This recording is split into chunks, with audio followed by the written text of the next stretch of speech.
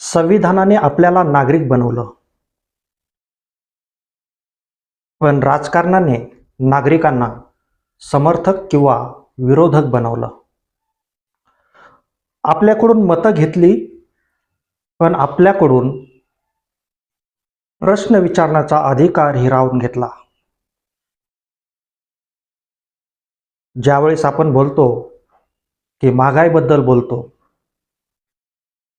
किंवा आपण ज्यावेळेस बेरोजगारीबद्दल विचारतो, तर हे लोक आपल्याला देशद्रोही ठरवतात, देशविरोधी ठरवतात, धर्मविरोधी ठरवतात. इथे विचार करणं धोकादायक झालंय. सतसत विवेक बुद्धीला इथे आज देशामध्ये किंमत राहिलेली नाहीये. यांच्या भाषणावरती टाळ्या वाजवणं, वाह वाह मिळवणं आणि ते जे सांगतील त्याचं अनुकरण करणं हीच आजची देशभक्ती ठरली. वाईट वाटतं ह्या गोष्टीच.